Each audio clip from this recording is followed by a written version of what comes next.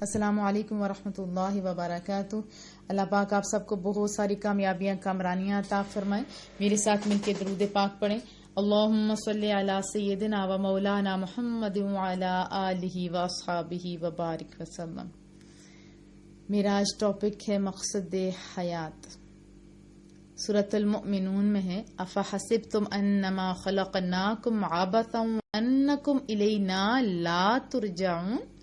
تم کیا یہ سمجھتے ہو کہ ہم نے تمہیں بیکار بنایا؟ کتنی محبتوں سے پوچھ رہے، کیا تمہیں بیکار بنایا؟ قرآن کریم میں تو ہے کہ ہم نے تو کسی چیز کو بیکار نہیں بنایا۔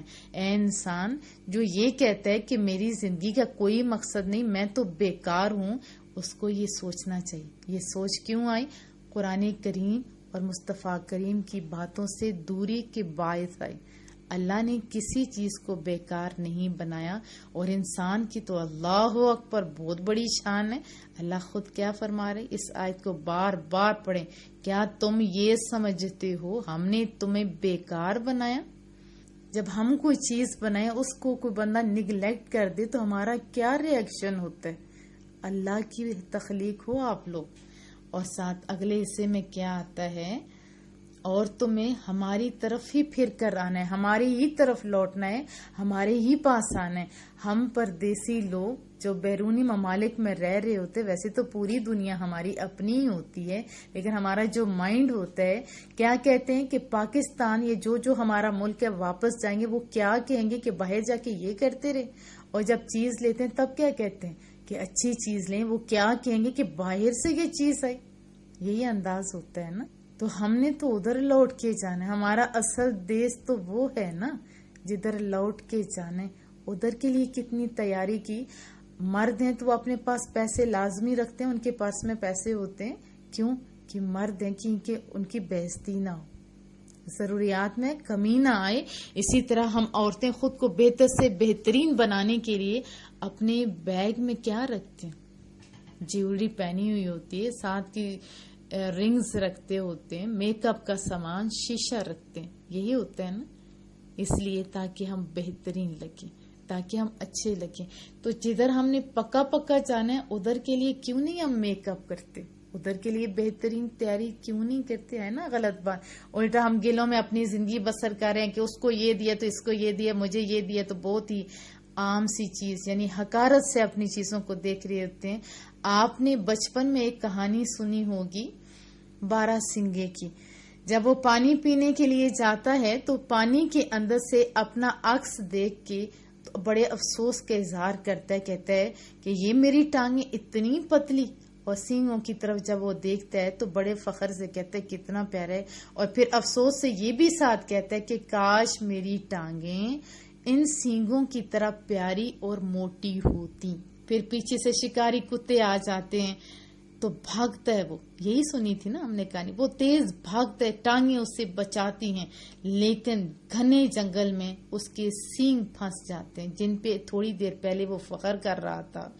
اب وہ ان سینگوں کی وجہ سے ان جھاڑیوں کو چھڑا نہیں پاتا، اور شکاری کتے اس کے سر پہ پہنچ جاتے ہیں اور وہ اپنی جان سے بھی ہاتھ دھو بیٹھتا ہے۔ اب ہمیں یہ سوچنا ہے، اس کو بھی سامنے آپ رکھیے۔ ایک تو یہ کہ ہر چمکتی چیز سونا نہیں ہوتی، یعنی جو سامنے چیز پیاری دکھ رہی ہوتی ہے وہ ضروری نہیں کہ وہ اتنے ہی ہو، اور جو نہ سامنے دکھ رہی ہو اور وہ کم ہو، نہیں، دونوں چیزیں اپنی جگہ اہم ہوتی ہیں۔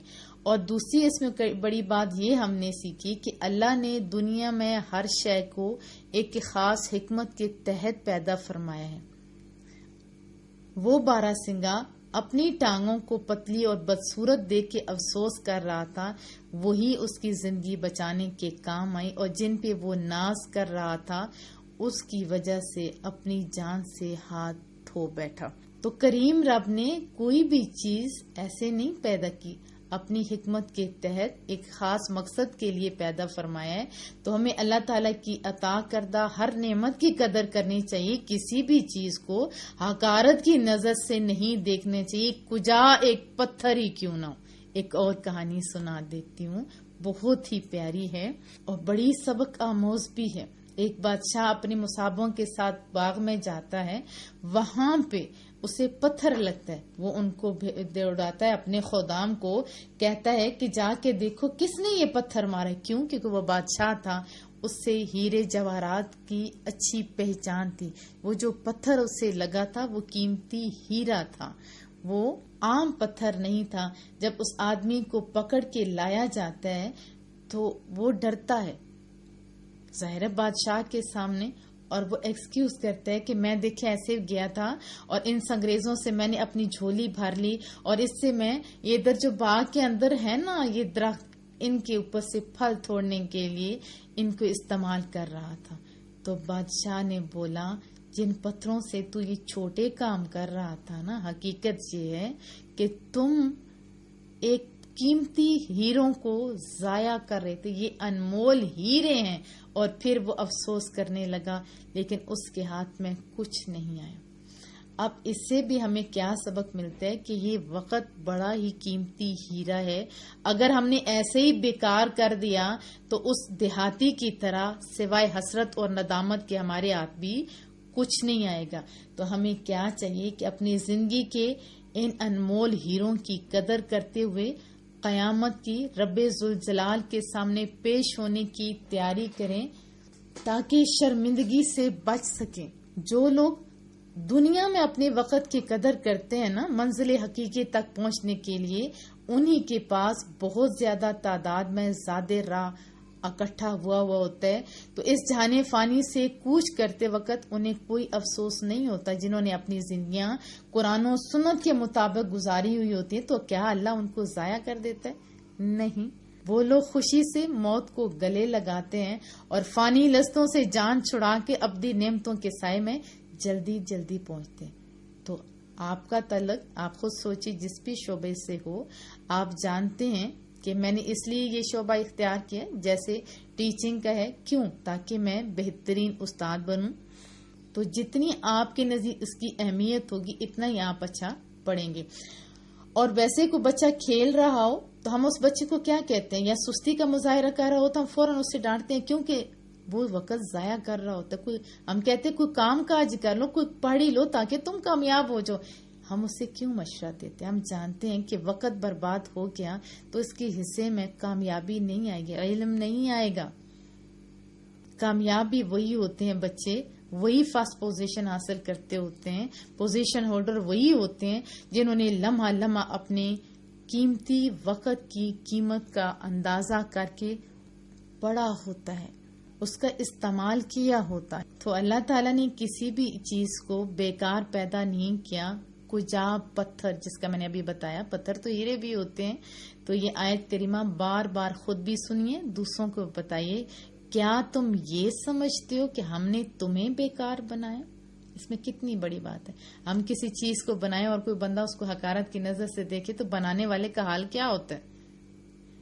اور دوسرے اس آیت میں کیا ہوا کہ ہم نے جدھر جانا ہے ادھر کی تیاری بھی کرنی ہے۔ کریم رب نے ہمیں اپنی عبادت اور اطاعت کے ذریعے اپنی رضا حاصل کرنے کے لیے زندگی کی انمول نعمت سے نوازا ہے۔ جو شخص زندگی میں بندگی نہ ہو، یا جس شخص کی زندگی میں بندگی نہ ہو، بھلا وہ بھی بندہ ہے، کیونکہ بے بندگی رضائے خداوندی کے اصول میں سوائے شرمندگی کے کچھ نہیں حاصل ہوتا۔ سورہ ملک میں الذی خلق الموت والحیات لیبلوکم ایکم احسن عملا، تو کتنا پیارا رب فرما رہا ہے، جس نے موت اور زندگی پیدا کی، کیوں؟ تمہاری جانچ ہو، تمہاری پڑتال ہو، تم میں کس کا کام زیادہ اچھا ہے، کس کا کام زیادہ اچھا ہے۔ اپنا ساتھ ساتھ آپ محاسبہ کرتے جائیے کہ ہمارے کام اچھے ہیں تو کتنے ہیں اور کتنے زیادہ اچھے ہیں۔ دنیا ایک امتحان گاہ ہے جس میں رب ذوالجلال نے ہمیں آخرت میں ہونے والے امتحان کی تیاری کے لیے پیدا فرمایا ہے، تاکہ بروز قیامت یہ معلوم ہو سکے کہ ہم میں سے کون اطاعت خداوندی کا پیکر بنا رہا اور کس کا شمار نافرمانوں میں رہا۔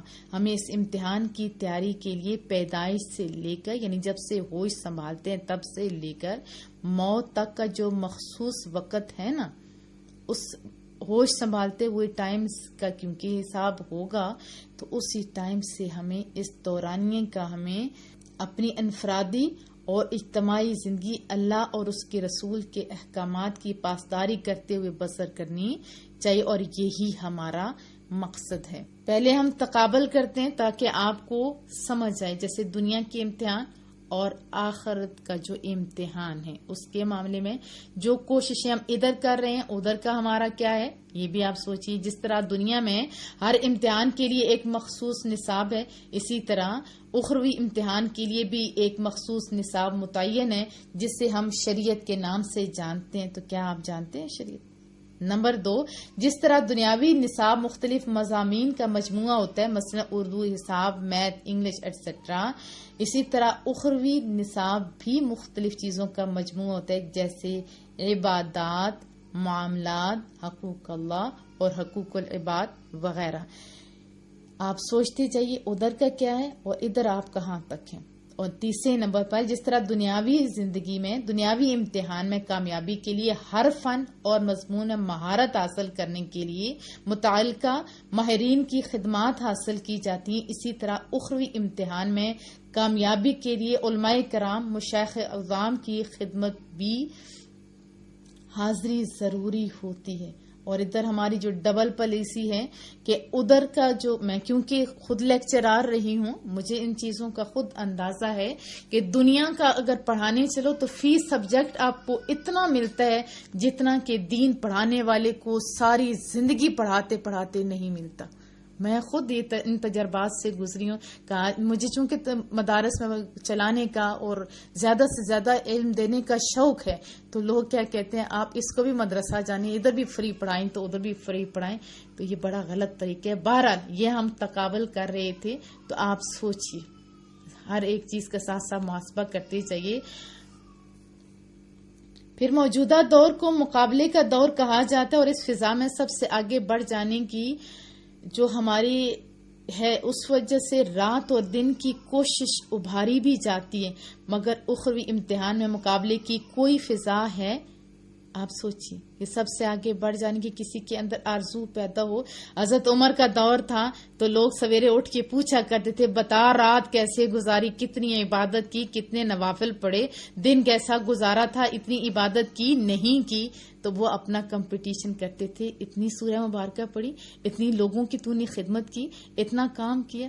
نہیں نا، ہمارا دنیا کا کیا حساب ہے اور آخرت کا، تو یہ ساتھ ساتھ اپنا محاسبہ کرتے جائیے، کیونکہ یہ امتحان اجتماعی نہیں بلکہ انفرادی ہوگا، اور اس میں کامیابی اپنی جدوجہد اور کوشش کے بل بوتے پر ہی ممکن ہے۔ ایک اور چیز، یعنی دنیاوی امتحان بعض اوقات تحریری یا تقریری یا عملی ہوتا ہے، مگر اخروی امتحان میں علم اور عمل کی جانچ دو طرح ہوگی۔ تفتیش ہوگی کہ یہ کام کیا تو کیوں، کیسے اور کس کے لیے کیا۔ نیکیاں اور برائیاں میزان پر تولی جائیں گی۔ اب یہ دنیا میں کی گئی کاوش پر منحصر ہے کہ کون سا پلڑا بھاری ہوا، کہ جو ہم نے نیکیاں کی اس میں بھی مدعا کیا تھا، اللہ کی رضا یا دنیا والے ہمیں نیک کیا تھا، یہ بھی پوچھا جائے گا۔ دنیاوی امتحان میں ناکام ہونے کی صورت میں دوبارہ امتحان دینے کے لیے مہلت ملے گی، مگر اخروی امتحان میں ناکامی کی صورت میں دوبارہ مہلت نہیں ملے گی، اس لیے جو کرنا ہے ابھی کرنا ہے۔ ایک اور چیز، دنیا میں ایک امتحان میں ناکامی اگلے امتحان میں کامیابی کے لیے ہمت بندھاتی ہے، مگر اخروی امتحان میں ناکامی جہنم کی آگ کا ایندھن بناتی ہے۔ ساتھ ساتھ محاسبہ کرتے جائیے۔ دنیاوی امتحان میں اگر کوئی شخص مکمل طور پر ناکام نہ ہو بلکہ اس کے صرف 1-2 مضامین رہ جائیں تو اسے سپلیمنٹ میں یعنی ایگزام دینے کی اجازت ہوتی ہے، مگر اخروی امتحان چونکہ صرف ایک بار ہوگا، ناکامی کی صورت میں جہنم کی آگ کا شکار ہونے والے بدقسمت لوگوں کا خاتمہ ایمان پر ہوا ہوگا، تو وہ اللہ کے فضل و کرم سے جنت کی بہترین نعمتیں پانے کے حقدار ہوں گی، مگر اپنے نافرمانیوں کا خمیازہ بھگتنے کے بعد اگر خاتمہ ہی ایمان پر نہ ہوا تو دیکھیں ہمیشہ کے لیے جہنم میں جھونک دیا جائے گا۔ استغفر اللہ۔ ایک اور چیز، بندہ آرام چین پانے کے لیے ایک دنیاوی امتحان میں کامیاب ہوتا ہے تو دوسرے امتحان کے لیے تیاری شروع کر دیتا ہے، اور یوں مزید امتحانات کا ایک نہ ختم ہونے والا سلسلہ جاری رہتا ہے، مگر آخرت میں صرف ایک بار ہوگا، پھر کوئی امتحان نہیں ہوگا۔ دنیاوی امتحان میں کامیابی پر انعام کے حقدار صرف وہی لوگ قرار پاتے جنہوں نے امتیازی نمبر حاصل کی، یعنی فرسٹ، سیکنڈ، تھرڈ، اور وہ بھی مخصوص تعداد میں ہوتے ہیں۔ ابھی تو گریڈ سسٹم ہے، مگر اخروی امتحان میں کامیاب ہونے والا ہر فرد اللہ کی تیار کردہ ابدی نعمتوں کا حقدار قرار پائے گا۔ یہاں تعداد نہ دیکھی جائے گی کیونکہ اللہ کے خزانوں میں کوئی کمی نہیں۔ اب ہم دیکھتے ہیں کہ دنیاوی کامیابی کے لیے کیا کیا جاتا ہے۔ دنیاوی کامیابی کے حصول کے لیے صبح سویرے نرم گداز بستروں کو چھوڑ کر تابناک مستقبل کے حصول کے لیے گھروں سے نکل پڑتے ہیں، بھلے 4 سال کا بچہ ہو یا 40 سال کا بندہ۔ تو کیا ہم اخروی کامیابی کے لیے اور اخروی کامیابی کے حصول کے لیے صبح کے وقت اپنے بستروں کو چھوڑ کر نماز پڑھتے ہیں؟ اور پڑھتے ہیں تو کیا ٹائم پہ پڑھتے ہیں؟ دوسرا نمبر، دنیا کے ہر امتحان میں ہماری کوشش ہوتی ہے کہ صف اول میں نظر آئیں، تو کیا بارگاہ خداوندی میں حاضری یعنی نماز با جماعت کے وقت بھی مسجد کی پہلی صف میں نظر آنے کی کوشش کرتے ہیں؟ یا اسی طرح عورتیں ٹائم پہ نماز پڑھنے کی اور اچھے کام کرنے کی کوشش کر رہی ہوتی ہیں؟ ایک اور چیز، اپنے دنیاوی معاملات میں ترقی کے لیے ہم اکثر راتوں کو جاگ کر مطالعہ کرتے رہتے ہیں اور دیگر کاموں میں بھی صلاحیتیں بڑھانے کے لیے صبح شام کی پرواہ نہیں کرتے، تو کیا امور آخرت میں بہتری اور ترقی کے لیے کبھی راتوں کو اٹھ کر رب ذوالجلال کی بارگاہ میں حاضر ہونے کی کوشش کرتے ہیں؟ سوچئے، دنیاوی راحت آرام کے حصول کے لیے بسا اوقات گھر سے سینکڑوں ہزاروں میل دور جانے میں بھی کبھی کوئی شرم محسوس نہیں کرتے، مگر راہ خدا میں کیا ہم نے کوشش کی علم دین حاصل کرنے کے لیے؟ آپ کے گھر میں جو ابھی میں بولتی ہوں، کیا اس کے لیے آپ ٹائم نکالتے ہیں؟ ہمارے بڑوں نے تو ایک حدیث کے لیے کتنے میلوں کا سفر کیا، قرآن کریم سیکھنے کے لیے کتنی تڑپ تھی۔ آپ سوچئے بھلا، اپنا محاسبہ کرتے جائیے۔ مگر بڑے افسوس کی بات ہے کہ بہرحال آپ اپنا محاسبہ خود کریں گے تو آپ کو زیادہ اچھا بھی لگے گا اور کرنے کا جذبہ بھی انشاءاللہ پیدا ہوگا۔ یہ سب کچھ کیوں ہے؟ اس کی وجہ کہ ہم مقصد حیات کو بھول بیٹھے ہیں، اپنے آپ سے غافل ہو چکے ہیں۔ قرآن کریم میں سورہ حشر میں آتا ہے وَلَا تَكُونُوا كَالَّذِينَ نَسُوا اللَّهَ فَأَنسَاهُمْ أَنفُسَهُمْ، اور ان جیسے نہ ہو جو اللہ کو بھول بیٹھے، جو اللہ کو بھول بیٹھے فَأَنسَاهُمْ أَنفُسَهُمْ، تو اللہ نے بھی پھر انہیں بھلا دیا۔ أُولَئِكَ هُمُ الْفَاسِقُونَ، اللہ نے انہیں ایسے بھلا ڈالا کہ اپنی جانیں بھی یاد نہ رہیں، وہ تو فاسق ہیں، وہی فاسق ہیں۔ ہم لوگ کہتے ہیں نا نماز پڑھنے کو دل نہیں کرتا، تم لوگ کون ہوتے ہو کہنے والے؟ اللہ نے تمہارے دل کو اس قابل ہی نہیں جانا۔ اس دل میں اللہ بستا ہوتا تو آپ یہ بات ہی نہ کہتے۔ دل تو اللہ کے برتن ہے نا، اور ستھرا اسے رکھنا چاہیے۔ جو نماز نہیں پڑھتے، جو اللہ کے احکامات نہیں مانتے، ان کا دل نہیں، ان کا دل سیاہ ہو چکا ہے۔ اللہ نے آپ کو اس سے دور کر دی۔ اس میں کیا ہے؟ واضح طور پہ بھلا ڈالا ہے اپنے جانوں کو تم نے۔ کیوں؟ نافرمانیوں کے باعث تم اللہ کو بھول گئے، تو پھر کیا ہوا؟ تم دور ہو گئے۔ اس سے کیا معلوم ہوا ہے؟ جو اللہ کے ذکر سے غفلت کے مرتکب ہوتے ہیں نا، اللہ انہیں اس آزمائش میں مبتلا فرما دیتا ہے کہ وہ اپنی ذات سے بھی غافل ہو جاتے ہیں، اور یوں اللہ ان سے ناراض ہو کر انہیں ان کے حال پر چھوڑ دیتے ہیں۔ ایسے تو جیسے ہم اپنے بچوں کو بار بار پوچھتے ہیں نا، لیکن جب وہ بہت ہی نافرمان ہو جاتے ہیں تو ہم چھوڑ دیتے ہیں کہ جدھر مرضی ہے، یہ نہیں سنورنے والا۔ ایسا ہی ہوتا ہے نا، نسوا اللہ فنسیہم، سورۃ التوبہ میں بھی آتا ہے وہ اللہ کو چھوڑ بیٹھتے ہیں تو اللہ بھی انہیں چھوڑ بیٹھتا ہے۔ رحمت خداوندی سے دوری کا سبب ہماری یاد خداوندی سے غافل ہونا ہے، لہذا ہمیشہ یاد رکھنا چاہیے کہ ہمیں کیوں پیدا کیا گیا. سورۃ الذاریات میں آتا ہے وما خلقت الجن والانس الا لیعبدون. میں نے جن اور آدمی اس لیے بنائے کہ میری بندگی کریں. لیعبدون، میری بندگی کریں. کیسے کریں؟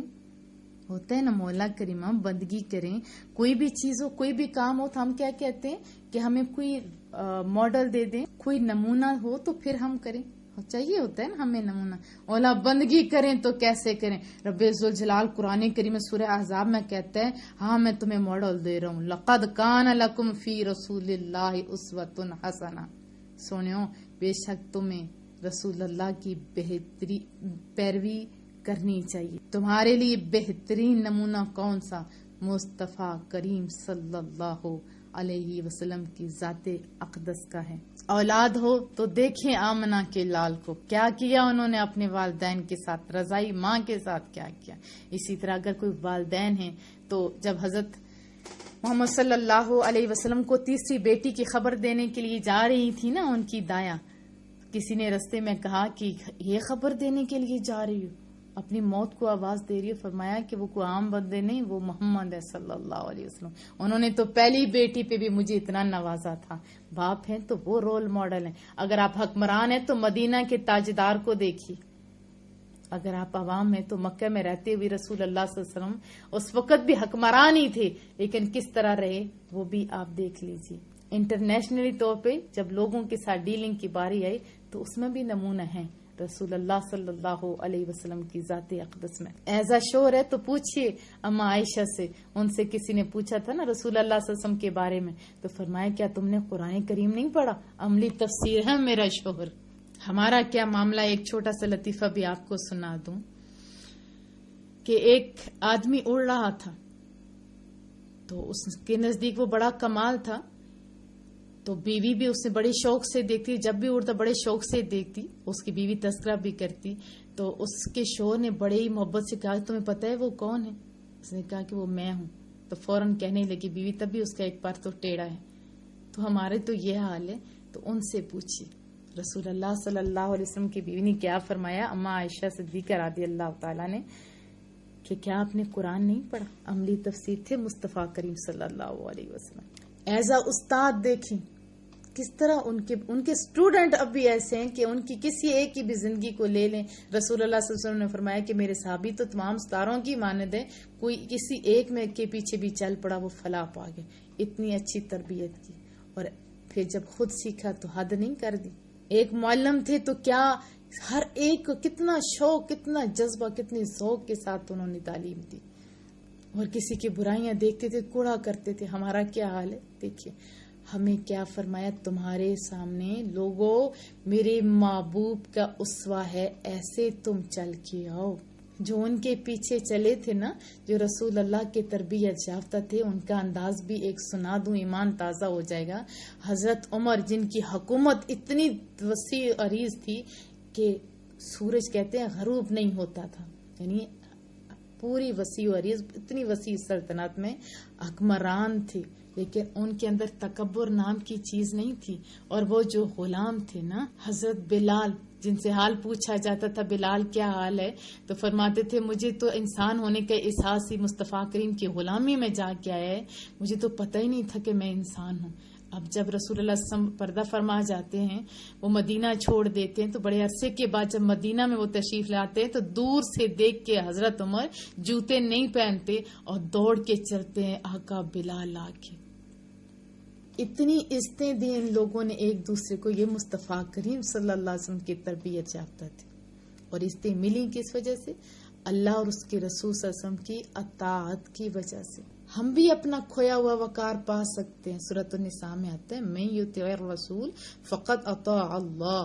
جس نے رسول کا حکم مانا بے شک اس نے اللہ کا حکم مانا. ہمیں اپنے مقصد حیات یعنی رضائے خداوندی کے حصول کے لیے حسن اخلاق کے پیکر محبوب مصطفیٰ صلی اللہ علیہ وسلم کی سیرت مبارکہ پر عمل کرنا ہے، جس کی ترغیب ہم لوگوں نے کس آیت اوپر جو آیات ہم نے آپ کو ابھی سنائی ہیں، پچھلی جو آیات تھیں اس میں آپ نے جانا، ان کو بھی بار بار سنتے رہا کیجیے۔ یاد رکھیے جس نے اپنی زندگی میں اللہ اور اس کے رسول کے احکام پر عمل کر کے اللہ اور اس کے رسول کو راضی نہ کیا، یقیناً وہ بروز قیامت حسرت اور ندامت کا شکار ہوگا۔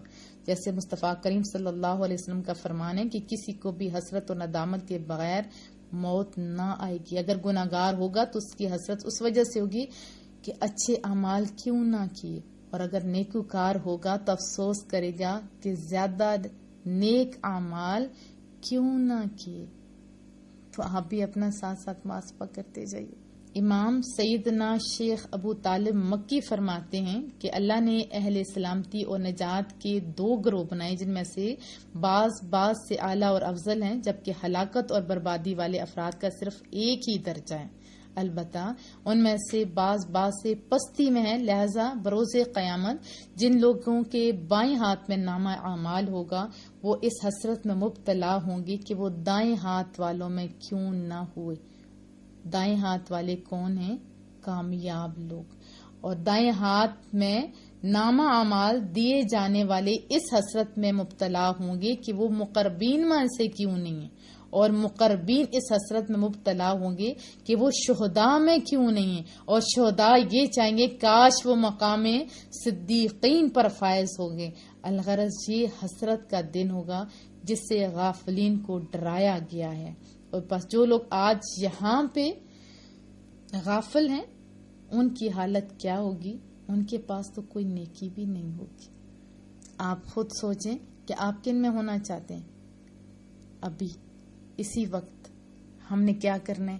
ہم نے فوراً تہیہ کرنا ہے، ہم نے ساری برائیوں کو چھوڑ دینا ہے انشاءاللہ۔ دیکھیں بندے پر دن اور رات کی تمام ساعتیں پیش کی جاتی ہیں۔ یہ بڑی خوبصورت بات میں آپ کو سنا دیتی ہوں، آپ کو بھی مزہ آئے گا۔ تو وہ ان ساعتوں کو صف در صف یعنی 24 گھنٹے الماریاں جیسے ہمارے ہوتے ہیں، وہ خزانہ ہوتا ہے، ہم لوگ پاتے ہیں، اور بہت ساری چیزیں کیا ہوتے ہیں اس کے اندر ہم لوگ ڈالتے رہتے ہیں۔ بہت ساری چیزیں ایسے بھی ہوتی ہیں ہمیں یاد بھی نہیں ہوتا، لیکن کیا ہوتا ہے کہ ان میں خزانہ چیزیں ہم رکھتے رہتے ہوتے ہیں، اور پھر جب دیکھتے ہیں تو کتنی ہمارا حیرت ہوتی ہے کہ یہ وہ چیز اتنی پیاری چیز۔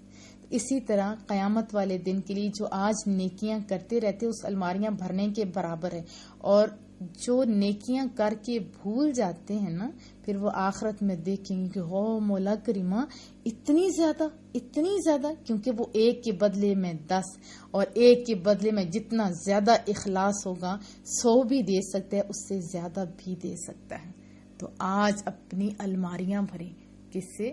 نیکیوں سے، کیونکہ وہاں اچھا ریوارڈ ملے گا۔ اور ہمارے پاس پوری زندگی ہے، اور اللہ نے یہ امانت دی ہے جس کے متعلق اللہ بندے سے پوچھے گا بھی۔ اگر اس نے اس کی حفاظت میں کوتاہی سے کام لیا تو گویا اس نے اللہ کی امانت ضائع کر دی اور اس کے عہد کو چھوڑ دیا، اور اگر اپنے اوقات کا خیال رکھا یعنی اس کی کوئی بھی ساعت کوئی بھی گھڑی اللہ کی اطاعت کے بغیر نہ گزاری تو اس نے نہ صرف امانت کی حفاظت کی بلکہ وہ اللہ کے عہد میں بھی ہے، بس اسے اللہ کی جانب سے وعدہ پورا کرنے کی بنا پر پورا بلکہ اس سے زیادہ ملے گا زیادہ۔ لیکن رب کا دیکھیے وَأَوْفُوا بِعَهْدِي أُوفِ بِعَهْدِكُمْ، میرا عہد پورا کرو میں تمہارا عہد پورا کروں گا۔ اور اللہ سے بڑھ کے ہے کوئی عہد کو پورا کرنے والا؟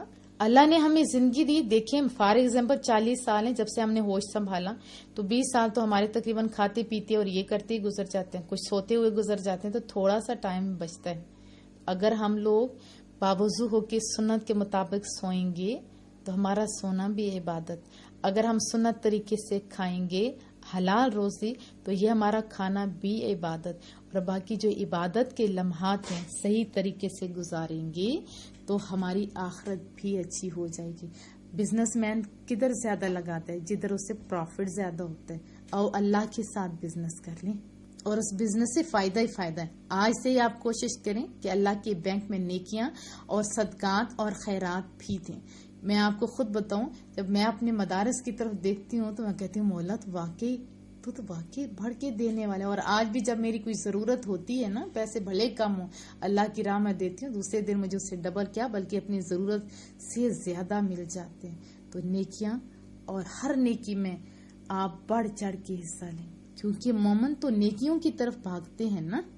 وہ اپنا ٹائم غفلت میں تھوڑا گزارا کرتے ہیں. اگر ہم نے ایسے غفلت میں گزار دیا، اگر کبھی ضائع ہونے والی زندگی کی ان قیمتی جو لمحات ان کا حساب آپ خود لگانا چاہیں تو شاید یہ ممکن نہیں، لیکن کوشش ضرور کرتے رہنا چاہیے. اللہ نے یہ نعمت دی ہے، یہ زندگی کی نعمت، یہ ہر ایک کو یکساں طور پہ یہ نہیں کہا جا سکتا کہ غریب کے دن رات تو 24 گھنٹے، جو امیر ہیں ان کے 27 گھنٹے، نہیں، ہر ایک کو 24 گھنٹے دیے ہیں. اللہ اکبر. اور 1440 منٹ اور اس کے علاوہ 86,400 سیکنڈ عطا فرمائے. ایک دن کا میں آپ کو خالی بتا رہی ہوں، اور اب پورے مہینے ہفتوں سے بلا خود بھی آپ گزارا کریے. حضرت سیدنا امام حسن بصری رحمت اللہ علیہ فرمایا کرتے تھے کہ اے ابن آدم، تو مختلف مرحلوں کا مجموعہ ہے. جب بھی تیرے پاس سے دن یا رات گزرتے ہیں تو تیرا ایک مرحلہ ختم ہو جاتا ہے، اور جب تیرے تمام مراحل ختم ہو جاتے ہیں تو تو اپنی منزل یعنی جنت یا جہنم تک پہنچ جائے گا. ہم اللہ کے عاجز بندے اور اس کے پیارے نبی صلی اللہ علیہ وسلم کے ادنا غلام ہیں. یقیناً زندگی بے حد مختصر ہے. ہم لمحہ بلمحہ موت کے قریب ہوتے جا رہے ہیں. ان قریب اندھیری قبر میں اتارا جائے گا. نجات تمام جہانوں سے پالنے والے خدائے رحمان کی اطاعت اور مومنین پر رحم و کرم فرمانے والے مصطفیٰ کریم صلی اللہ علیہ وسلم کی سنتوں کے اتباع میں ہے. اس لیے وقت کی قدر کیجیے، کہیں ایسا نہ ہو جیسے سورۃ العصر میں والعصر ان الانسان لفی خسر الا الذین آمنوا وعملوا الصالحات وتواصوا بالحق وتواصوا بالصبر. محبوب زمانے کی قسم، بے شک آدمی تو خسارے میں ہے، مگر وہ نہیں جو ایمان بھی لائے اور اس کے ساتھ اچھے کام بھی کیے. ایمان اور پھر اچھے کام، اور تیسرا حق بات کی تاکید اور دوسروں کو صبر کی وصیت کرتے رہے. اپنی زندگی کے لمحات کو بہت قیمتی طریقے سے گزاریے. ایمان آپ کے پاس ہے، عمل صالح کر لیجئے، اور پھر اپنی اعمالیوں کو، اپنی جو ادھر ہمارا ہے خزانہ، اس کو میں اضافہ کرتے رہیے. یہ نہ ہو کہ دن گھٹتے جا رہے ہیں اور ہمارے گناہ بڑھتے جا رہے ہوں. آمد غیار خان فرماتے ہیں کہ غافل کی ہر سانس پر عمر گھٹ رہی ہے، اس کا ہر سانس برباد ہو رہا ہے، جیسے سوراخ والے گھڑے کا ہر قطرہ بہہ کر برباد ہو رہا ہے اور گھڑا خالی ہو رہا ہے، جبکہ مومن صالح کا ہر سانس خزانہ الہی میں جمع ہو کر بڑھ رہا ہے، اور وہ چیز جس کے ذریعے عرق نکالا جائے سے عرق کے قطرے ٹپک کر بوتلوں میں جمع ہو کر بیماروں کے لیے شفا اور پنساری کے لیے نفع کا باعث. بڑا خوبصورت انہوں نے لکھا. امام فخر الدین رازی اس سورۃ العصر کے تحت لکھتے ہیں کہ مومن کو سوچنا چاہیے، ایمان والے کو سوچنا چاہیے زندگی کو انہوں نے کس سے تشبیہ دی؟ برف فروش سے، برف بیچنے والے سے، جو اس لیے بار بار صدائیں لگا رہا ہوتا ہے کہ آؤ آؤ جلدی لے جاؤ، یہ نہ ہو کہ یہ کھل جائے اور میرا اس کا جو اصلی قیمت ہے وہ بھی نہ ملے. تو ہمیں زندگی ملی، ہمیں نہیں پتا کس وقت موت آنی ہے، کب آنی ہے، کس کو کوئی معلوم نہیں. بہرحال موت کا وقت مقرر ہے اور ہم سب آہستہ آہستہ اسی کی طرف بڑھ رہے ہیں. گزرنے والا لمحہ گویا ہمیں موت کے قریب کر رہے ہیں. زندگی کا یہ سفر کب اور کس موڑ پر ختم ہو جائے گا، پورا ہو جائے گا، کوئی نہیں جانتا. لیکن سب کو جب پتا ہے کہ خاتمہ بالایمان ہے، پھر فکر کیوں نہیں. پتا ہے کہ موت آنی ہے، قبر میں ٹھکانا ہے، وہ اندھیری رات بنانی ہے یا روشن کرنی ہے، یہ آج سوچنا ہوگا. جب ہم لوگ کسی دوسرے گھر میں شفٹ ہوتے ہیں تو کیا کرتے ہیں؟ کیا کرتے ہیں ہم پہلے اپنا سارا سامان رکھ کے آتے ہیں. فرق یہ ہوتا ہے کہ اس سامان کو پہلے دیکھتے ہیں، جدھر ہم نے جانا ہوتا ہے اس کی جگہ کتنی ہے، اور اسی کے مطابق ہم پہلے سامان رکھتے ہیں، پھر خود شفٹ ہوتے ہیں. جیسے ہم شارجہ، ابو ظبی یا مختلف ممالک میں جیسے ہم لوگوں کا ہوا، تو وہ گھر بہت بڑا ہے، آخرت کا گھر بہت بڑا ہے، اس میں سامان رکھنے کی جگہ بھی بہت زیادہ ہے. آپ بس زیادہ سے زیادہ سامان کی عمل صالحہ کی کوشش کریں. اپنے قبر کو اندھیری نگری نہیں بنائیں، روشنیوں کا شہر بنا دو، روشنیوں کا شہر بنا دو، روشنیوں کا شہر بنا دو. اور عمل صالح آج سے عبادات آج سے، کل نہیں، آج سے. رمضان آئے گا نہیں، آج سے. اور کوئی مصیبت پریشانی آئے تو اس پر صبر کریں اور دوسروں کو صبر کی تلقین بھی کریں. فائدہ نقصان سب اس کی طرف سے.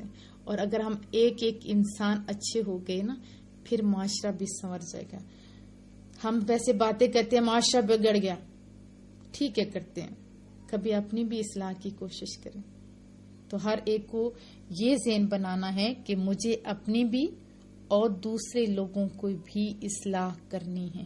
جب ایک بندہ سنورتا جائے گا پھر معاشرہ سیٹ ہو جائے گا. ہر بندہ نیکی کا کام کرے، دوسروں کو ترغیب دلائے گا، انشاءاللہ تعالی ہم لوگ کامیابی کی طرف جائیں گے. کھیل کود اور موبائل سے باہر نکل آئیے. بچے بڑے، کیا ہم اپنی زندگیاں خراب کر رہے ہیں؟ چھوڑیے اس کو. وہ جو سبق اللہ اور اس کے رسول نے دیے اس کو پڑھ لیں اور ایسی زندگی گزاریں جیسے اللہ اور اس کے رسول نے ہمیں بتایا ہے. ہم غلط مثالیں سنتے ہیں، ہم غلط مثالیں کو یاد رکھتے ہیں. جیسے بہت کہتے ہیں ایک گندی مچھلی تو پورے تالاب کو گندا کر دیتی. مانا یہ بھی ٹھیک ہے، لیکن ایک ستھرا بندہ بھی معاشرے کو ستھرا کر سکتا ہے. یہ بھی تو آپ سوچئے. ہم ہر وقت دوسروں کے پیچھے لگ رہتے ہیں. مثلا شراب پینے، جوا کھیلنے اور بدکاری کرنے والے کو تو برا کہتے ہیں. ذرا اپنا بھی تو سوچیں. کیا نماز نہ پڑھنے والا برا نہیں؟ اگر بے نمازی بھی برا نہیں تو پھر کون برا ہے؟ حالانکہ یہ بھی مروی ہے جو جان بوجھ کر ایک وقت کی نماز قضا کر دے اس کا نام جہنم کے دروازے پر لکھ دیا جاتا ہے جس سے وہ جہنم میں داخل ہوگا.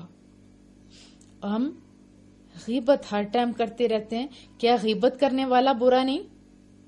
مصطفیٰ کریم نے کیا فرمایا کہ غیبت بدکاری سے بھی سخت ہے. کیا جھوٹا آدمی بھی برا نہیں؟ حالانکہ قرآن کریم میں ایسا شخص بھی استغفر اللہ جو جھوٹ ہے اس کو لعنتی قرار دیا گیا، لعنت اللہ علی الکاذبین. اور مصطفیٰ کریم صلی اللہ علیہ وسلم نے کیا فرمایا؟ جھوٹا میرا امتی نہیں. یہی فرمایا نا. تو ہم جو یہ برائیاں ہیں ان کو برا ضرور کہیں، لیکن اپنے محاسبے کے ساتھ. جو اصل برائیاں ادھر بھی دھیان دیں. یہ نہ ہو کہ ادھر برا کرتے کرتے ہم سارا کچھ انہی کے ہاتھوں میں تھما دیں. جب ہم کسی کی غیبت کر رہے ہوتے ہیں نا، کیا کر رہے ہوتے ہیں؟ اپنی نیکیاں منجنیک میں رکھ کے اس کی طرف پھینک رہے ہوتے ہیں، اس کو دے رہے ہوتے ہیں.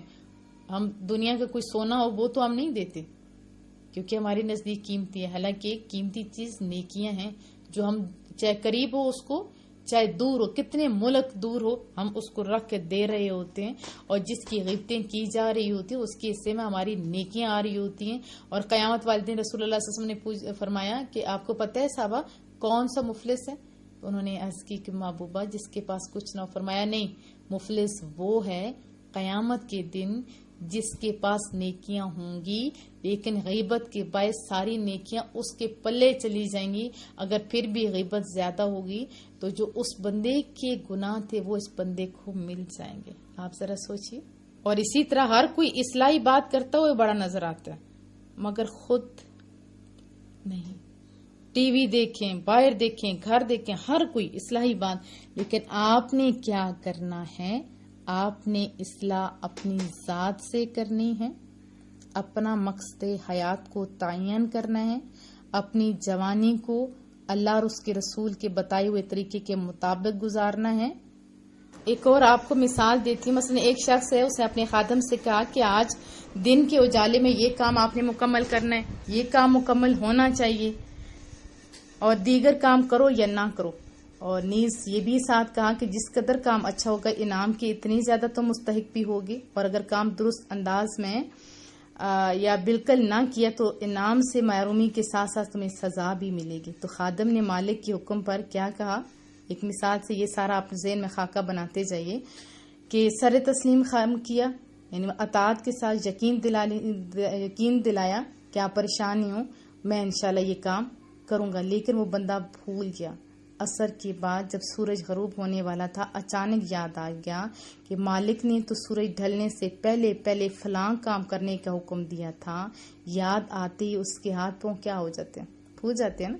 اور جو کام پورے دن کا تھا اب دن کے تھوڑے سے حصے میں کیسے مکمل ہو سکتا ہے. بہرحال وہ ہر طرف سے غافل ہو کر اس کام میں جب مصروف ہو گیا اور بہت کوشش کرنے لگا کہ کس طرح یہ کام مکمل کر لے، اور شدت سے یہ خواہش کرنے لگا کہ اے کاش تھوڑی دیر مزید سورج ٹھہر جائے اور یہ کام مکمل کر لے، یا اس کا مالک اس سے مزید ایک دن کا موقع دے دے تو یقیناً وہ اس کام کو مکمل کر لے گا اور دیگر کاموں کی طرف بالکل آنکھ اٹھا کر بھی نہیں دیکھا گا، جیسے ہم لوگ کہتے ہیں. اس کے ساتھ ساتھ وہ اپنی غفلت پر افسوس بھی کرتا جاتا کہ ہائے افسوس وہ کیسے یہ بھول گیا، حالانکہ اس کے مالک نے کام کے درست طریقے سے کرنے پر انعامات کا بھی وعدہ کیا تھا، اور ایک تو ان انعامات سے محرومی ہوگی، دوسری مالک کی ناراضگی ہوگی.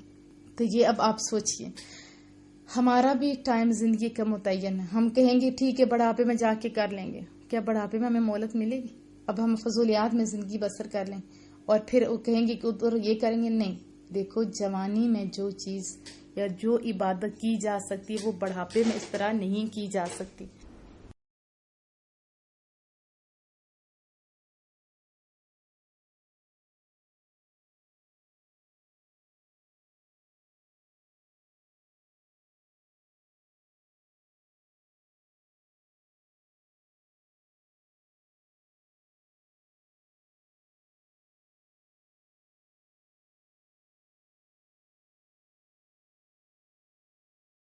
زیادہ تر بوڑھے لوگ کیا سوچ رہے ہوتے ہیں، کاش ہم نے جوانی میں عبادت کی ہوئی ہوتی، اللہ اور اس کے رسول کے مطابق زندگیاں گزاری ہوتی. تو ایک بات یہ بھی ذہن میں رکھیے کہ جوانی کی عبادت اللہ کو بہت پسند ہے، بہت زیادہ پسند ہے. قرآن کریم سے تعلق جوڑیے، سورۃ المنافقون میں آتا ہے اور ہمارے دیے میں سے کچھ ہماری راہ میں خرچ کرو قبل اس کے کہ تم میں کسی کو موت آئے، پھر کہنے لگے اے میرے رب تو نے مجھے تھوڑی مدت تک کیوں مہلت نہ دی کہ میں صدقہ دیتا اور نیکیوں میں ہوتا، نیک کام کرتا. اور ہرگز اللہ کسی جان کو مہلت نہ دے گا جب اس کا وعدہ آ جائے، اور اللہ کو تمہارے کاموں کی خبر ہے. تو جوانی میں عبادت کیجیے. قیامت کے روز جب ہر شے سورج کی تپش اور گرمی سے بلبلا رہی ہوگی تو اللہ تعالیٰ اپنے جن بندوں سے خوش ہو کر انہیں اپنے سایہ عرش میں جگہ عطا فرمائے گے نا، ان میں وہ خوش قسمت لوگ ہوں گے جنہوں نے اپنی جوانی برباد نہیں کی ہوگی. یہ حدیث طیبہ ہے کہ قیامت کے دن جن خوش نصیب لوگوں کو اللہ اپنے عرش کے سائے میں جگہ عطا فرمائے گا، ان میں وہ شخص بھی ہوگا جس نے اپنی جوانی اللہ کی عبادت میں گزاری ہوگی. اللہ اسے اپنے عرش کے نیچے جگہ دے گا. یہ بخاری شریف کی حدیث طیبہ ہے. قیامت کے دن جب زمین تانبے کی طرح ہو جائے گی، سورج آگ برسا رہا ہوگا، ایسے وہ شخص کس قدر خوش نصیب ہوگا جسے اللہ اپنے عرش کے سائے میں جگہ عطا فرمائے گا. اگر کسی کو جلتی دھوپ میں درخت کا سایہ مل جائے تو کس قدر سکون محسوس ہوتا ہے، اسے کتنی خوشی ہوتی ہے. اور یہ ہر ذی شعور جو ہے وہ بخوبی سمجھ سکتا ہے. لہٰذا ہمیں چاہیے کہ معاشر کی تپتی ہوئی دھوپ سے بچنے کے لیے آج جوانی میں ہی عبادت کریں تاکہ رب کے عرش کا سایہ مل جائے. تو آپ نے شیطان کو پیچھے کر دینا ہے جو دل میں ہمیشہ ڈالتا ہے کہ آج نہیں کل والی بات نہیں، آج سے مطلب آج. اور مصطفیٰ کریم صلی اللہ علیہ وسلم کا فرمان بھی بڑے پیارے ہیں. شیطان بسا اوقات تم سے علم میں سبقت لے جاتا ہے. صحابہ نے عرض کی کہ یا رسول اللہ وہ علم میں ہم سے کیسے سبقت لے جاتا ہے؟ تو آپ نے فرمایا وہ کہتا ہے یہ علم حاصل کرو مگر اس پر اس وقت تک عمل مت کرو جب تک کہ عالم نہ بن جاؤ. جیسے ہمارے اندر بھی خوف ہوتا ہے پتہ نہیں صحیح یا غلط. نہیں، علم کے حصول میں یہی کہتا رہتا ہے اور عمل کے سلسلے میں ٹال مٹول سے کام لیتا رہتا ہے یہاں تک کہ بندہ اس حال میں مر جاتا ہے کہ اس نے کوئی بھی نیک عمل نہیں کیا ہوتا. کل نہیں، آج سے ہی ہم نے کیا کرنا ہے؟ نیک ہو جانا ہے. کیا میں توقع رکھوں؟ مصطفیٰ کریم صلی اللہ علیہ وسلم نے اپنے ایک خطبے میں ارشاد فرمایا کہ مومن دو خوفوں کے درمیان میں ہوتا ہے. ایک اس مدت پر جو گزر گئی اور وہ نہیں جانتا کہ اللہ اس کے بارے میں کیا معاملہ فرمائے گا. دوسری وہ مدت جو باقی ہے اور وہ نہیں جانتا کہ اس کے بارے میں اللہ کیا فیصلہ فرمائے گا. بس انسان کو اپنی ذات سے، اپنی ذات کے لیے، اپنی دنیا سے اپنی آخرت کے لیے، اپنی زندگی سے موت کے لیے اور اپنی جوانی سے بڑھاپے کے لیے زیادہ راہ اختیار کرتے رہنا چاہیے، کیونکہ دنیا کو تمہارے لیے اور تمہیں آخرت کے لیے پیدا کیا گیا۔ اس ذات کی قسم جس کے قبضہ قدرت میں میری جان ہے، موت کے بعد معافی مانگنے کی کوئی جگہ نہیں، اور دنیا کے بعد جنت یا دوزخ کے علاوہ کوئی گھر نہیں۔ لہذا سمجھدار کو چاہیے کہ آخرت کی خاطر دنیا کو بڑھاپے سے پہلے جوانی کو اور موت سے پہلے زندگی کو کام میں لائے۔ حضرت سیدنا حسن بصری فرماتے ہیں کہ جلدی کرو جلدی کرو، تمہاری زندگی کیا ہے؟ یہی سانس تو ہے، اگر رک جائے تو تمہیں اعمال کا سلسلہ بھی منقطع ہو جائے گا جن سے تم اللہ کا قرب حاصل کرتے ہو۔ اللہ اس شخص پر رحم فرمائے جس نے اپنا جائزہ لیا اور اپنے گناہوں پر چند آنسو بہائے۔ یہ پھر کہنے کے بعد آپ نے سورہ مریم کی یہ آیت پڑھی، انما نعد لہم عدا، ہم تو ان کی گنتی پوری کرتے ہیں۔ امام غزالی رحمۃ اللہ علیہ فرماتے ہیں یہاں گنتی سے مراد سانسوں کی گنتی ہے۔ حضرت سیدنا امام بہقی رحمۃ اللہ علیہ شعب الایمان میں نقل کرتے ہیں کہ مصطفیٰ کریم صلی اللہ علیہ وسلم کا فرمان بہت ہی پیارا، روزانہ صبح جب سورج طلوع ہوتا ہے تو اس وقت دن یہ اعلان کرتے ہیں کہ اگر آج کوئی اچھا کام کرنا ہے تو کر لو، کہ آج کے بعد میں کبھی پلٹ کر نہیں آؤں گا۔ ذرا دوسرے دن تو دوسرا ہوتا ہے نا، اس دن والا تو غروب ہو جاتا ہے۔ حضرت سیدنا جابر رضی اللہ تعالیٰ عنہ سے مروی ہے کہ مصطفیٰ کریم صلی اللہ علیہ وسلم نے فرمایا، نہیں آج تم عمل کرنے کی جگہ جیسے یہ دنیا ہے، آج تم دارالعمل میں ہو جہاں حساب نہیں، اور کل تم دارالحساب میں ہوگے جہاں عمل نہیں۔ سیدنا حضرت عمر فاروق رضی اللہ تعالیٰ عنہ ارشاد فرماتے ہیں کہ قیامت کا حساب ہونے سے پہلے اپنے نفس کا محاسبہ کر لو، اور اعمال کا وزن ہونے سے پہلے ان کو تول لو، اور بڑی پیشی کے لیے یعنی قیامت کے لیے حساب کے لیے خود کو تیار کر لو۔ زندگی کے لمحات بہت تھوڑے ہیں، آج سے ابتدا کیجیے۔ سب سے پہلے فرائض واجبات، نماز روزہ وغیرہ کی ادائیگی کی پابندی کیجیے، اور سابقہ فوت شدہ فرائض اور واجبات کی تلافی، قضا اور استغفار کر کے کیجیے۔ دوسرے نمبر پہ تمام حرام کاموں سے بچنے کی پکی نیت کریں، اور پھر اس پر نیت کے ساتھ ساتھ عمل بھی کریں، اور سابقہ گناہوں کی تلافی کے لیے کثرت سے توبہ استغفار بھی کریں۔ پھر بے حیائی اور بے پردگی کے خلاف بھی آپ اپنی آنکھوں کا، اپنی زبان کا استعمال ضرور کریں۔ آنکھوں کو نیچے رکھیں اور پردے کا اہتمام بھی کریں، اور دوسروں کو بھی حیا کا درس دیں۔ غیبت، چغلی اور جھوٹ جیسی جتنی بری باتیں سننے سے کانوں کی حفاظت بھی لازماً کریں، اور خود کو ان جیسی گھٹیا باتیں کرنے سے بچانے کے لیے زبان کے اوپر تالا لگا لیں۔ پھر اپنے ہاتھوں، اپنے پاؤں کو قابو میں رکھیں، اور کبھی بھی کسی بھی برے فعل کی جانب نہ بڑھنے دیں۔ حرام لقمے سے بچیں، اور مختلف بیماریوں اور آفتوں سے بچنے کے لیے حلال کھانے کی زیادتی سے بھی پرہیز کیجیے۔ اس سلسلے میں روزے بھی رکھیں، اللہ کا شکر بھی ادا کریں، اور پھر نیکی کا حکم دیں۔ جیسے کوئی نیک کام کر رہا ہے اس کی حوصلہ افزائی بھی کریں، اور کوئی برائی کر رہا ہے اس سے منع کریں، اور خود بھی برے کاموں سے باز رہیں۔ ہر کام میں اچھی لازمن نیت کریں، کیونکہ نیتوں کا ثواب بہت زیادہ ہوتا ہے۔ اچھی نیت کریں گے تو آپ کو اچھا اجر ملے گا۔ جانے انجانے میں ہونے والے گناہوں کے لیے بار بار استغفار کریں، اور دل کو بدگمانی سے ضرور آزاد کر کے حسن ظن رکھیں ہر ایک کے ساتھ۔ ہو سکتا ہے جیسے میں آپ سے بات کرنا چاہ رہی ہوں، فون اٹھ کر رہی ہوں، لیکن